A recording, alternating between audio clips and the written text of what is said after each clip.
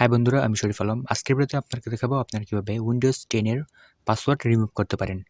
তার জন্য আপনারা প্রথমে চলে যাবেন সেটিং অপশনটিতে। দেন সেটিং অপশনটিতে চলে যাওয়ার পর এখান থেকে আপনারা ক্লিক করবেন অ্যাকাউন্ট অপশনটিতে। তারপরে দেখতে পারবেন সাইন ইন অপশন, এটার উপর ক্লিক করে দেবেন। দেন আপনারা ডান সাইডে দেখতে পারবেন পাসওয়ার্ড, সো আপনি এটার উপর ক্লিক করবেন। পাসওয়ার্ড অপশনটিতে ক্লিক করার পরে দেখতে পাচ্ছেন চেঞ্জ, সো আপনি এটার উপর ক্লিক করবেন।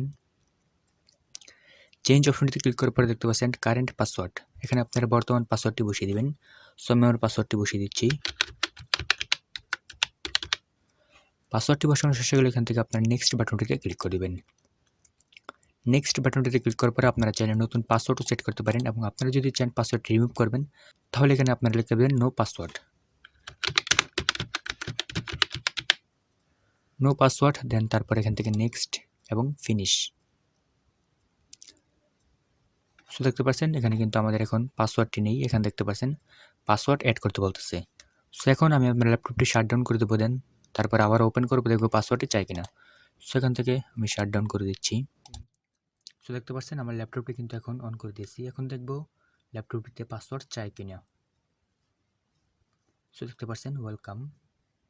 সো গাইস, দেখতে পারলেন আমাদের ল্যাপটপটি ওপেন হতে কিন্তু পাসওয়ার্ড চাইনি। সেভাবে আপনারা খুব সহজে উইন্ডোজ 10 এ পাসওয়ার্ড রিমুভ করতে পারেন। আই হোপ আপনার কাছে ভিডিওটি ভালো লাগছে। যদি ভিডিওটি ভালো লেগে থাকে তাহলে লাইক, কমেন্ট, শেয়ার এবং সাবস্ক্রাইব করে চ্যানেলের সাথে থাকুন।